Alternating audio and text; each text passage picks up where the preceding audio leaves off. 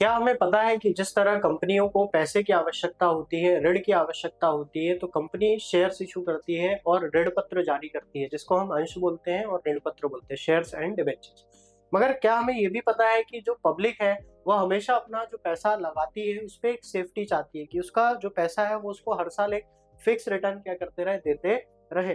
तो इसी के लिए हम देखते हैं आज हमारा जो चैप्टर है, डिबेंचर्स, इश्यू ऑफ डिबेंचर्स या ऋण पत्रों का निर्गमन।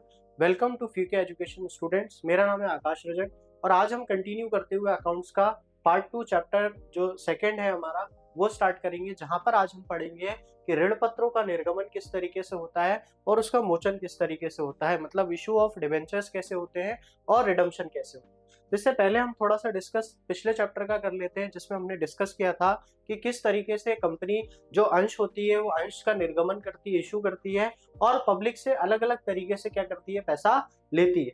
वो इंस्टॉलमेंट में भी लेती है, जैसे हमने देखा है कि प्रथम याचना होती है, द्वितीय याचना होती है, आवंटन होता है, एप्लीकेशन होता है, तो आवेदन होता है। तो इसके साथ साथ क्या होता है, कई बार कंपनी हमने देखा था कि कोई एसेट परिसंपत्तियां खरीदती है, मगर वो पैसे ना देके उसके लिए क्या कर देती है, जो अंश होते हैं उनको इशू कर देती है। तो कहीं ना कहीं अगर हम अंश की और ऋण पत्र की बात करें, तो जो अंश है वो एक तरीके से रिस्क की कैपिटल है, मतलब आप अगर अपना पैसा लगा रहे हो तो एक रिस्क है आपको कि वो पैसा आपके पास वापस आएगा कि नहीं आएगा, क्योंकि कंपनी जब लाभ अर्जित करेगी तभी आपको पैसा देती है। मगर जब हम इन्वेस्टर्स के पॉइंट ऑफ व्यू से देखते हैं, जो पैसा लगा रहा है, तो उसके लिए एक ऋण पत्र करके जो इसको हम बोलते हैं डिबेंचर्स, वो काफी सेफ रहता है। क्यों? क्योंकि ये एक fix rate of interest carry करता है, एक फिक्स्ड इस पे क्या लगा रहती है, दर रहती है, जिसपे ब्याज कंपनियां क्या करती हैं, हर साल देती हैं। तो आज हम डिस्कस करेंगे इसी ऋण पत्र के बारे में कि क्या होता है ऋण पत्र और कैसे कंपनियां ऋण पत्रों की मदद से पैसा अर्जित करती है। तो यदि हम बात करें ऋण पत्र की, तो ऋण पत्र जिसका हम डिबेंचर्स बोलते हैं इंग्लिश में, शब्द लैटिन भाषा के डिबेयर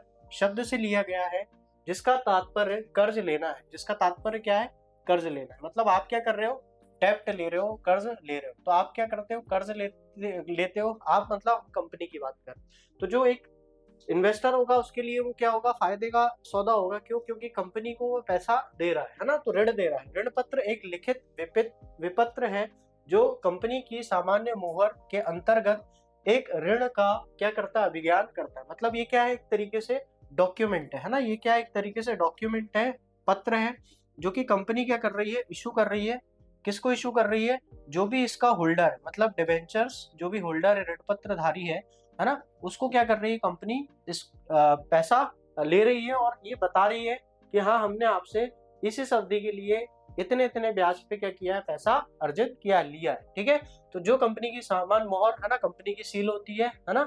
विशिष्टीकरण, इसमें एक विशिष्टीकृत अवधि के बाद या एक मध्य अवधि पर या कंपनी के एक विकल्प पर परिशोधन और एक स्थिर दर पर क्या किया जाता है, ब्याज दिया चुकाती है ना। मतलब अगर आप देखेंगे डिबेंचर्स, तो हमेशा यही लिखा होता है आपके पास क्या, कि जो हमारे 10% ऋण है ना, ऋण पत्रधारी, ऋण पत्र मतलब 10% है, 8% है, 7% है। तो इसका मतलब क्या है, ये एक निश्चित क्या करता है, दर रखता है अपने साथ, कि जो कंपनी है वो उसको या तो वार्षिक है ना, या तो अर्धवार्षिक, मतलब साल में आधे आधे साल में है ना, या वार्षिक, जैसा भी तिथि अनुबंध में, कॉन्ट्रैक्ट में डिबेंचर्स के होगा, उस हिसाब से क्या करेगी, ब्याज आपको देगी। तो कहीं ना कहीं वार्षिक तिथि पर देय होता है, एक अनुबंध समाहित रहता है। कंपनी अधिनियम 2013 की धारा 230 के अनुसार ऋण पत्र या डिबेंचर जिसको हम बोलते हैं, के अंतर्गत क्या क्या आता है, ऋण पत्र, स्टॉक, बॉन्ड, बंधपत्र तथा एक कंपनी के अन्य प्रतिभूतियां भी शामिल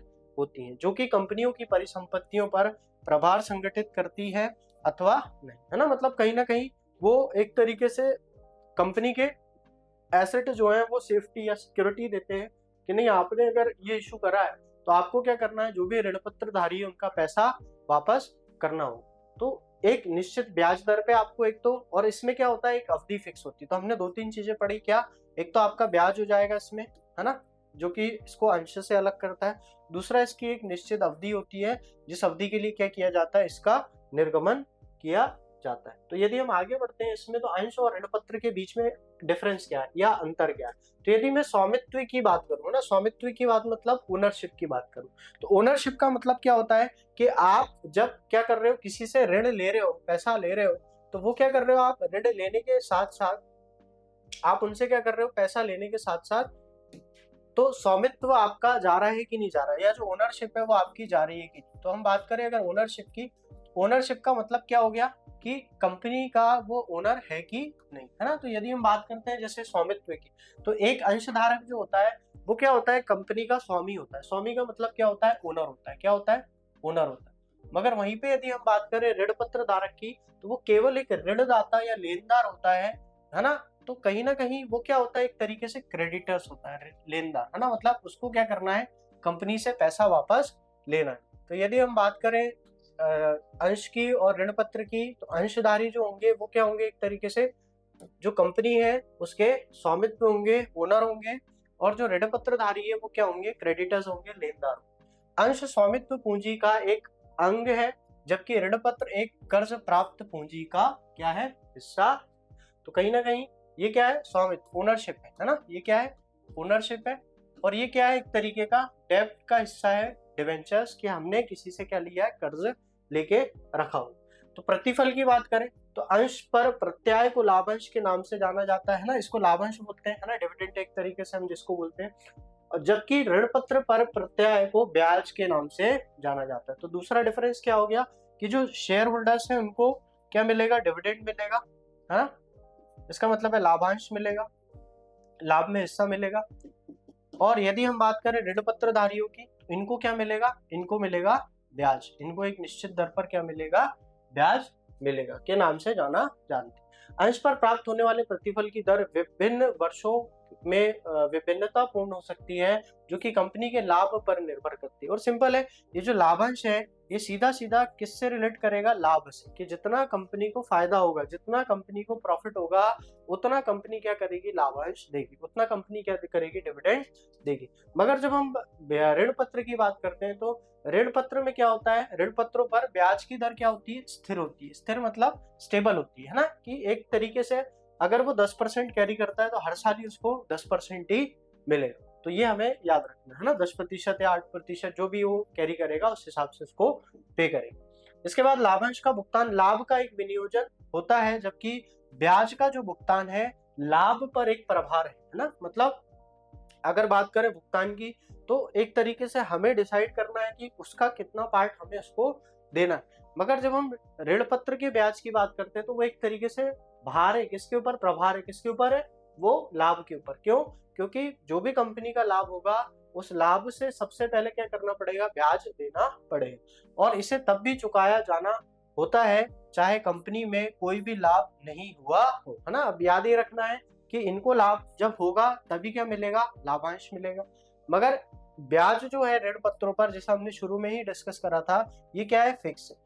चाहे कंपनी लाभ अर्जित करे या ना करे, कंपनी को जो भी डिबेंचर होल्डर्स होंगे, ऋण पत्रधारी होंगे, उनको उनका ब्याज हर साल देना पड़ेगा। और नहीं दे पा रहे तो वो क्या होता जाएगा, कंपाउंड होता जाएगा, इकट्ठा होता जाएगा। और जब भी कंपनी लाभ अर्जित करेगी तब उसको वो पैसा वापस चुकाना पड़ेगा। यदि हम बात करें परिशोधन या चुकौती की, है ना, तो सामान्यतः अंश की राशि की वापसी क्या होता है, परिशोधन कंपनी में जीवन भर नहीं होती, है ना।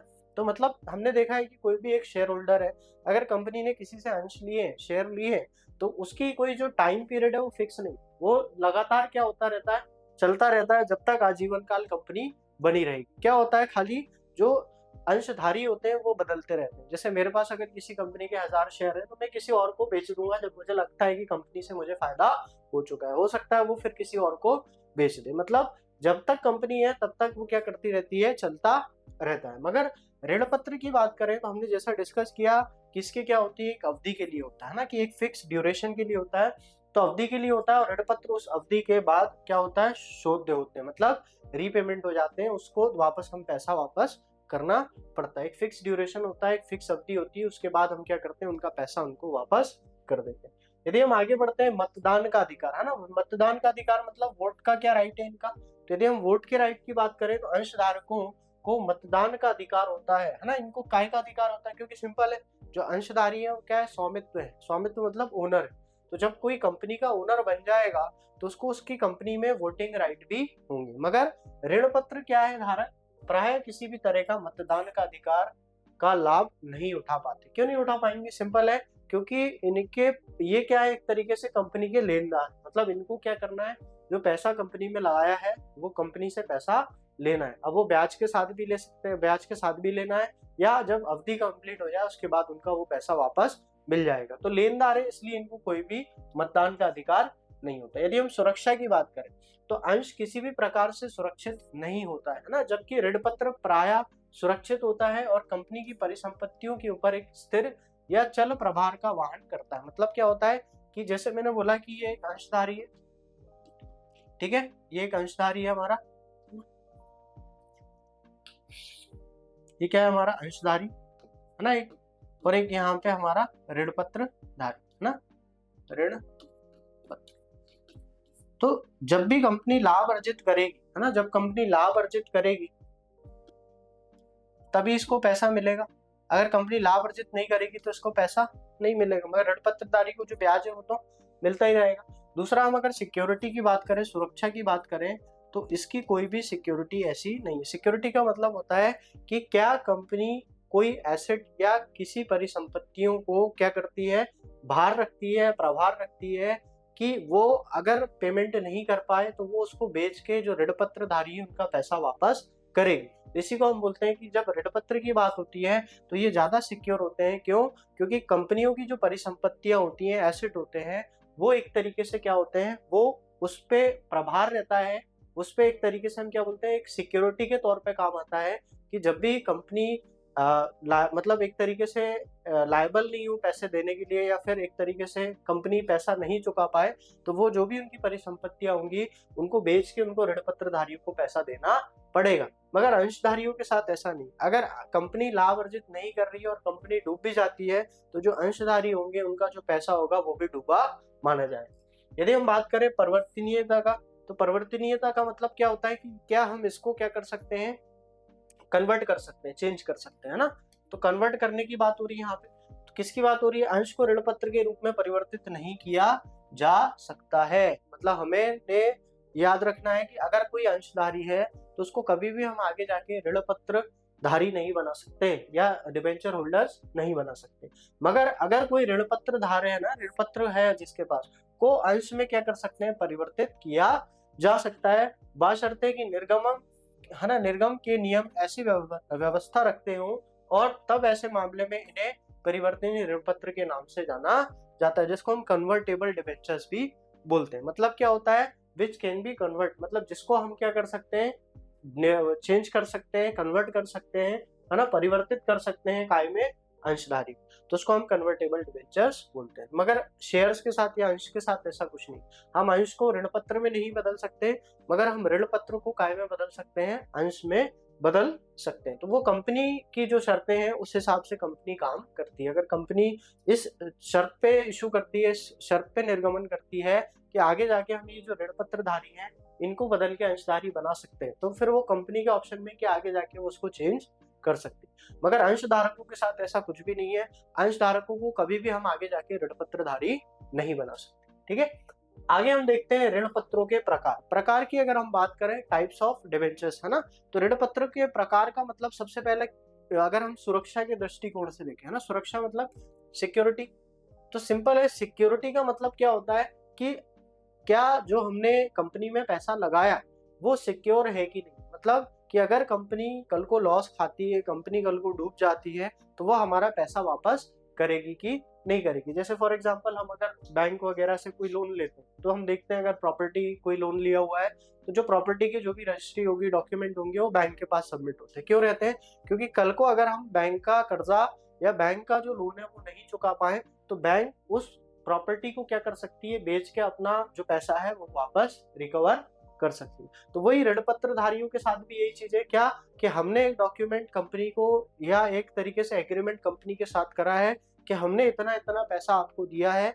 अब उसमें फिर सिक्योरिटी की बात आ जाती है, सुरक्षा की बात आ जाती है, जिसमें एक आ जाएगा आपका रक्षित ऋण पत्र और एक आ जाएगा आरक्षित ऋण पत्र। रक्षित का मतलब क्या होगा कि कहीं ना कहीं वो एक सेफ है या सिक्योर है, जिसके पीछे कोई परिसंपत्तियां क्या है, लगी हुई है, मतलब जुड़ी हुई है कि अगर कंपनी पैसा वापस नहीं कर पाएगी तो वो परिसंपत्तियां बेच के भी पैसा वापस कर सकती है। तो अगर हम रक्षित ऋण पत्र की बात करें रक्षित ऋण पत्रों का आशय उन ऋण पत्रों से है जहां भुगतान की अदायगी ना कर पाने की स्थिति के उद्देश्य में कंपनी की परिसंपत्तियां, है ना, तो ये हमें याद रखना है। तो परिसंपत्तियों पर भी क्या होता है, प्रभार स्थापित किया जाता है। मतलब वही जो हमने अभी डिस्कस किया कि आपके कुछ परिसंपत्तियां होंगी, कुछ एसेट होंगे जो एक तरीके से सिक्योरिटी देंगे किसको, ऋण पत्रधारियों को, डिवेंचर होल्डर्स को, कि यदि हम आपका पैसा नहीं चुका पाते हैं तो हम अपने जो एसेट है, परिसंपत्तियां हैं, उनको बेच के आपका पैसा वापस करेंगे। तो इसको हम बोलते हैं रक्षित ऋण पत्र। तो ये प्रभार स्थिर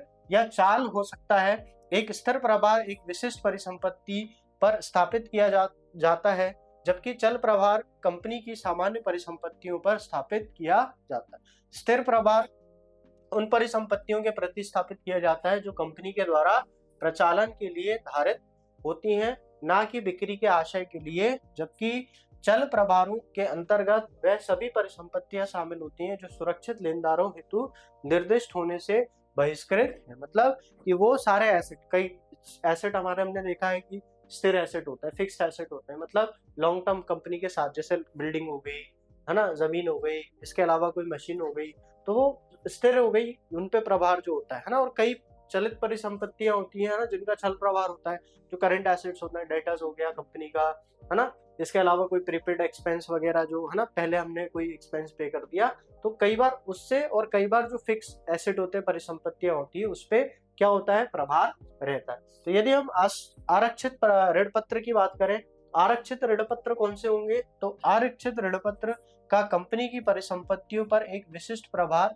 नहीं होता है ना। बस हमें यही याद रखना है क्या, कि यहाँ पर प्रभार होता है और यहाँ पे प्रभार नहीं होता है। हालांकि इन ऋण पत्रों का स्वतः ही एक चल प्रभार स्थापित किया जा सकता है। सामान्यतः इस प्रकार के ऋण पत्र जारी नहीं किए जाते हैं, है ना। जनरली कोई कंपनियां ऐसे इशू नहीं करती, और सिंपल है, कोई भी, अगर हम भी एक इन्वेस्टर है तो हम हमेशा ये सोच के ही इन्वेस्ट करेंगे कि हमारा जो पैसा है वो क्या रहे, सेफ रहे, या हमें एक सिक्योरिटी रहे कि हमने जो पैसा लगाया है कंपनी हमें वो पैसा वापस करेगी। तो इसलिए जनरली कंपनियां क्या करती हैं, इस तरीके के ऋण पत्र जारी नहीं करती।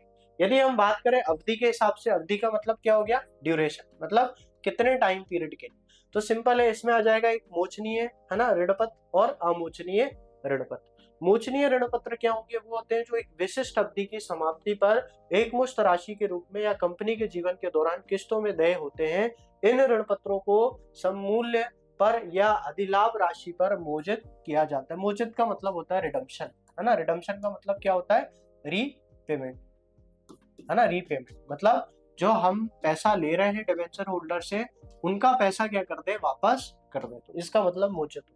तो क्या पहला हुआ मोचनीय ऋण पत्र। मोचनीय का मतलब होता है रिडीमेबल डिबेंचर्स। रिडीमेबल मतलब अभी बताया आपको कि रीपेमेंट, रीपेमेंट मतलब कि कंपनी एक निश्चित अवधि के बाद उसका पैसा क्या करेगी, एक मुश्त राशि, एक मुश्त राशि मतलब एक ही बार में पूरा पैसा वापस कर देगी, या कंपनी अलग अलग इंस्टॉलमेंट बना देगी कि 2 साल बाद आपको इतना पैसा मिल जाएगा, 2 साल के बाद इतना पैसा मिल जाएगा, और 2 साल के बाद हम पूरा पैसा आपको दे देंगे। तो इसको हम बोलते हैं मोचनीय ऋण पत्र, जहां पे क्या होता है, ड्यूरेशन फिक्स होता है, और उस फिक्स ड्यूरेशन के बाद क्या होता है, हम क्या करते हैं, जो भी ऋण पत्रधारी होते हैं उनका पैसा वापस कर देते हैं। दूसरा आता है अमोचनीय।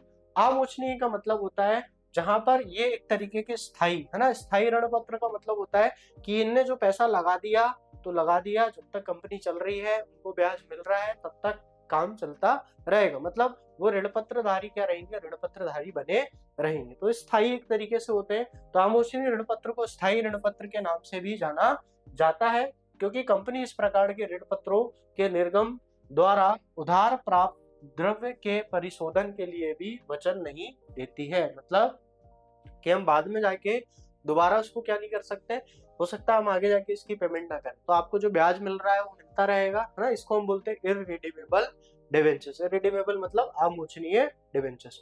ये ऋण पत्र कंपनी की समाप्ति पर या एक दीर्घकालिक अवधि की समाप्ति पर शोधनीय होते हैं। मतलब कि इनकी जो पेमेंट होगी वो जब कंपनी बंद होने वाली होगी, जैसे अंशधारियों के साथ होता है, इस तरीके का एक तरीके से इररिडीमेबल ऋण पत्र या अमोचनीय क्या होता है, ऋण पत्र होता है। ठीक है।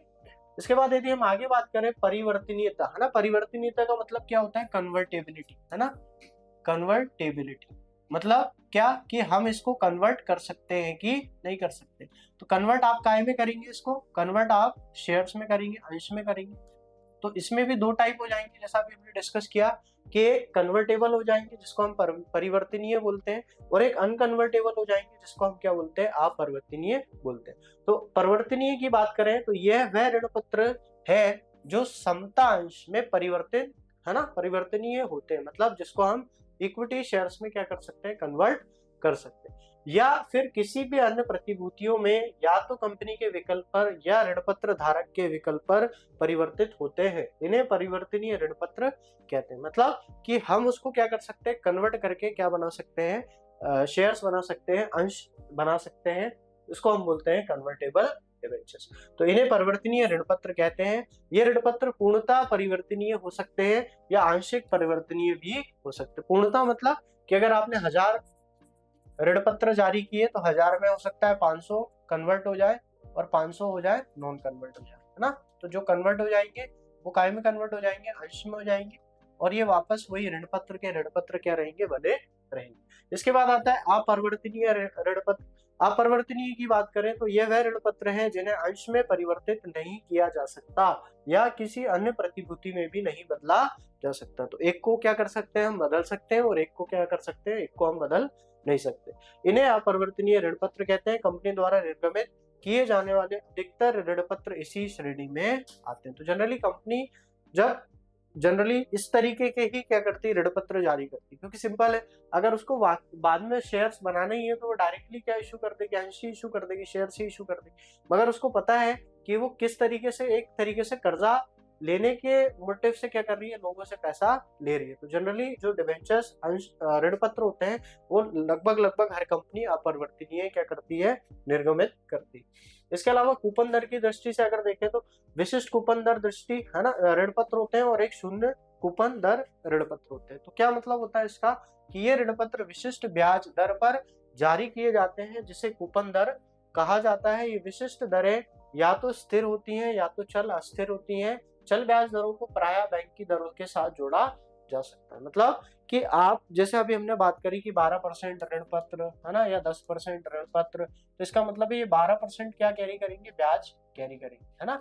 तो ये एक तरीके से क्या हो गया, फिक्स हो गया, विशिष्ट हो गया कि हाँ इतनी दर पे क्या मिलेगा, पैसा मिलेगा। इसमें आपका एक स्थिर भी हो सकता है। स्थिर का मतलब अगर 10% लगा है तो 10% ही मिलता रहेगा। दूसरा, आप उसको किसी चीज से फिक्स भी कर सकते हैं, मतलब कि अगर बैंक के रेट जैसे है कि बैंक के रेट अगर बढ़ेंगे तो हमारी जो ब्याज दरें होंगी डिबेंचर्स की वो भी बढ़ जाएंगी या कम हो जाएंगी। दूसरा आता है शून्य कूपन दर ऋण पत्र। ये क्या होते हैं, ये ऋण पत्र ब्याज की कोई विशिष्ट दर वहन नहीं करते। निवेशकों की क्षतिपूर्ति करने की दृष्टि से इस प्रकार के ऋण पत्र पर्याप्त बट्टे छूट के साथ जारी किए जाते हैं और सांकेतिक मूल्य तथा निर्गम मूल्य के बीच अंतर को ब्याज की राशि के रूप में निरूपित किया जाता है, जो ऋण पत्र की कालावधि से संबंधित होता है। मतलब क्या होगा, जैसे आपको किसी से कितने रुपए लेने हैं, 100 लेने, तो आप 100 ना लेके कितने लोगे, 80 लोगे, और जब वापस करोगे तो कितने वापस करोगे, 100 वापस करोगे। तो इसका मतलब ये जो 20 रुपए है ये एक तरीके से कहीं ना कहीं लाभ है, फायदा है, किसको, जो ऋण पत्रधारी है। इसी को हम बोलते हैं शून्य कूपन दर ऋण पत्र। शून्य कूपन दर का मतलब क्या हो गया, कि आप जितना आपको चाहिए था उससे कम पैसा पब्लिक से, ऋण पत्रधारियों से ले रहे हो, और बाद में जब लौटा रहे हो तो जितना आपने वादा किया था उतना आप क्या कर रहे हो, वापस कर रहे हो। इसी को हम बोलते हैं शून्य कूपन दर ऋण पत्र। ठीक है। अगर हम आगे बढ़े पंजीकरण की दृष्टिकोण से, पंजीकरण का मतलब क्या होता है, रजिस्ट्रेशन के हिसाब से, तो दो तरीके के होंगे, एक पंजीकृत होंगे और एक वाहक ऋण पत्र होंगे। पंजीकृत का मतलब क्या हो गया, रजिस्टर्ड, है ना, रजिस्टर्ड डिबेंचर्स। क्या मतलब हो गया इसका, रजिस्टर्ड। कौन से डिबेंचर्स, रजिस्टर्ड डिबेंचर्स। मतलब जो किसी के नाम पे, विशिष्ट पर्सन या किसी व्यक्ति या किसी कंपनी या किसी पर्सन के नाम पे है, और उसी पर्सन को कंपनी क्या करेगी, पैसा वापस करेगी। तो पंजीकृत ऋण पत्र क्या होंगे, तो पंजीकृत ऋण पत्र वह ऋण पत्र है जिन्हें कंपनी द्वारा रखे गए एक रजिस्ट्रार के नाम, पता तथा ऋण पत्र धारकता की विशिष्टताओं के सभी विवरण सहित प्रविष्ट किया जाता है। ऐसे ऋण पत्रों का हस्तांतरण केवल एक नियमित हस्तांतरण विलेख के कार्यान्वयन द्वारा किया जा सकता है। मतलब क्या हो गया कि जो भी पर्सन किसके है रजिस्टर्ड है, जिसके नाम पे उस ऋण पत्र को क्या किया गया है, जारी किया गया है, उसी पर्सन को क्या किया जाएगा, उसी पर्सन को उसका जो पैसा होगा वो वापस किया जाएगा। मगर अगर हम वाहक की बात करें, वाहक का मतलब होता है क्या कि जिसके पास उसकी डिलीवरी होगी या जिसके पास वो ऋण पत्र होगा, वो डॉक्यूमेंट होगा, वो क्या होगा, वो लायबल होगा कि हाँ कंपनी से वो क्या कर सकता है, पैसा ले सकता है। तो इसका मतलब है ये वाले जो ऋण पत्र हैं ये एक तरीके से हस्तांतरित है। हस्तांतरित मतलब आप आसानी से किसी और को क्या कर सकते हो, ट्रांसफर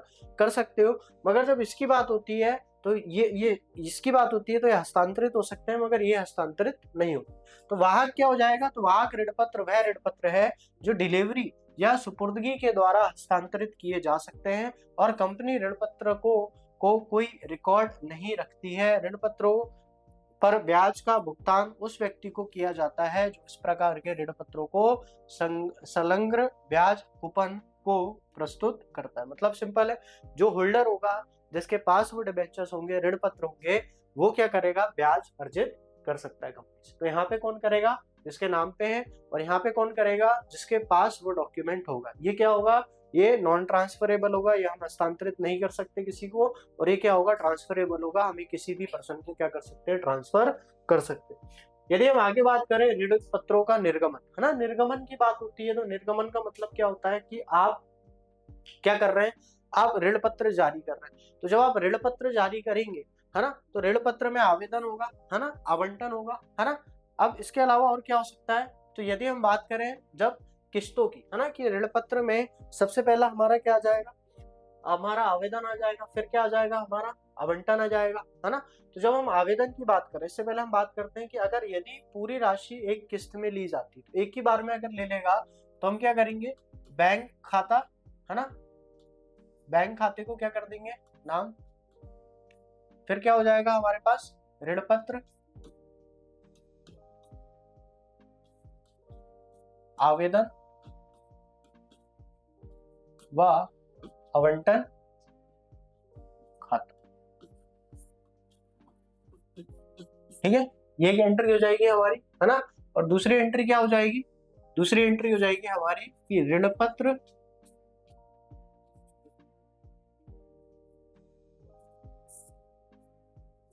आवेदन, अब हम कहां ट्रांसफर कर देंगे इसको, वह आवंटन खाता, नाम हो जाएगा, और क्या हो जाएगा, ऋण पत्र, है ना, ऋण पत्र खाते।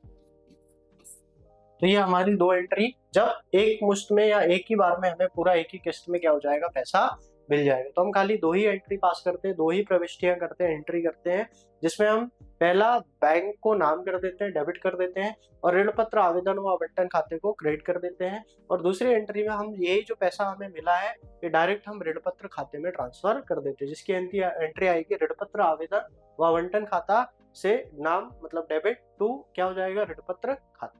मगर यदि यही इंस्टॉलमेंट में कंपनी करे ना, इंस्टॉलमेंट का मतलब है अलग अलग उस पे पैसे ले, है ना, अलग अलग पैसे पे ले। तो हमने पहले भी देखा है जब हमने अंश चैप्टर डिस्कस किया था, तो पहला हमारा होता है आवेदन, है ना, फिर दूसरा होता है क्या, आवंटन, तीसरा होता है क्या, प्रथम याचना, है ना, मतलब फर्स्ट कॉल जिसको हम बोलते हैं, और दूसरा होता है क्या, द्वितीय और अंतिम याचना। ठीक है, तो यदि हम बात करें इधर पे, तो पहला आवेदन हो गया जिसको हम क्या बोलते हैं, एप्लीकेशन बोलते हैं। दूसरा क्या हो गया, आवंटन हो गया जिसको हम क्या बोलते हैं, अलॉटमेंट बोलते हैं। तीसरा हमारा क्या हो गया, प्रथम याचना जिसको हम क्या बोलते हैं, फर्स्ट कॉल बोलते हैं। और चौथा क्या हो गया, द्वितीय और अंतिम याचना जिसको हम सेकेंड एंड फाइनल कॉल। ठीक है, तो यदि हम बात करें एंट्री की, तो जब आवेदन होगा तो बैंक खाता क्या हो जाएगा, डेबिट हो जाएगा, और ऋण आवेदन खाता क्या हो जाएगा, क्रेडिट हो जाएगा। जब आवेदन राशि को हम क्या करते हैं, ऋण पत्र खाते में ट्रांसफर करते हैं, तो ऋण पत्र खाता जो आवेदन होगा वो डेबिट हो जाएगा, और ऋण पत्र खाता क्या हो जाएगा, क्रेडिट हो जाएगा। यदि हम आवंटन की बात करें, तो पहले आवंटन में हमारा ऋण पत्र आवंटन खाता डेबिट होगा, है ना, नाम होगा, तो ऋण पत्र आवेदन आवंटन खाते से हम क्या करते हैं, एंट्री करते हैं या प्रविष्टियां करते हैं। यदि हम प्रथम याचना की बात करें तो प्रथम याचना के टाइम पे क्या एंट्री हो जाएगी हमारी, तो प्रथम याचना के टाइम पे ऋण पत्र प्रथम याचना खाता नाम, है ना, ऋण पत्र खाते से, और फिर बैंक टू प्रथम याचना खाता, और फिर आखिरी एंट्री हो जाएगी द्वितीय और अंतिम याचना खाता ऋण पत्र खाते से, और बैंक टू द्वितीय और अंतिम याचना। तो यदि हम बात करें तो टोटल 8 एंट्रीज, या जैसा क्वेश्चन में आपको बोलेगा 6 बोलेगा तो 6 और 8 बोलेगा तो 8, उस हिसाब से इनमें प्रविष्टियां होंगी, एंट्रीज होंगी, और हम इन क्वेश्चंस को आसानी से कर सकते हैं। तो ऋण पत्र हमें समझ में आया कि क्या होता है और कंपनियां किस तरीके से इसका निर्गमन करती है, इसके टाइप्स क्या क्या होते हैं, क्लासिफिकेशन क्या क्या होते हैं, और हमने इसमें देखा कि कुछ ऐसे भी होते हैं जिसको हम कन्वर्ट कर सकते हैं, कुछ ऐसे भी होते हैं जिसको हम कन्वर्ट नहीं कर सकते। कई बार हमने देखा जीरो कूपन मोड पे भी हम मतलब कि 100 अगर कंपनी को चाहिए तो 80 लेके और वापस 100 करेगा, ताकि एक तरीके से लोगों को क्या हो सके, लाभ दिखे और पैसा लगाने में कंपनी में। तो एक ऋण पत्र जो है बहुत अच्छा क्या है, माध्यम है कि अगर हम अपने पैसे को क्या कर सकते हैं, सिक्योरिटी से, सुरक्षा से क्या कर सकते हैं, निवेश कर सकते हैं। तो होप आपको ये लेक्चर समझ में आया होगा, और आपको वीडियो अच्छा लगा है तो कमेंट करिए, कुछ डाउट है तो आप कमेंट में पूछ सकते हैं, और ऐसे ही चैनल पे बने रहें। अगर चैनल पे नए हैं तो आप चैनल को सब्सक्राइब करें, वीडियो को लाइक करें, शेयर करें अपने फ्रेंड्स के साथ। Thank you.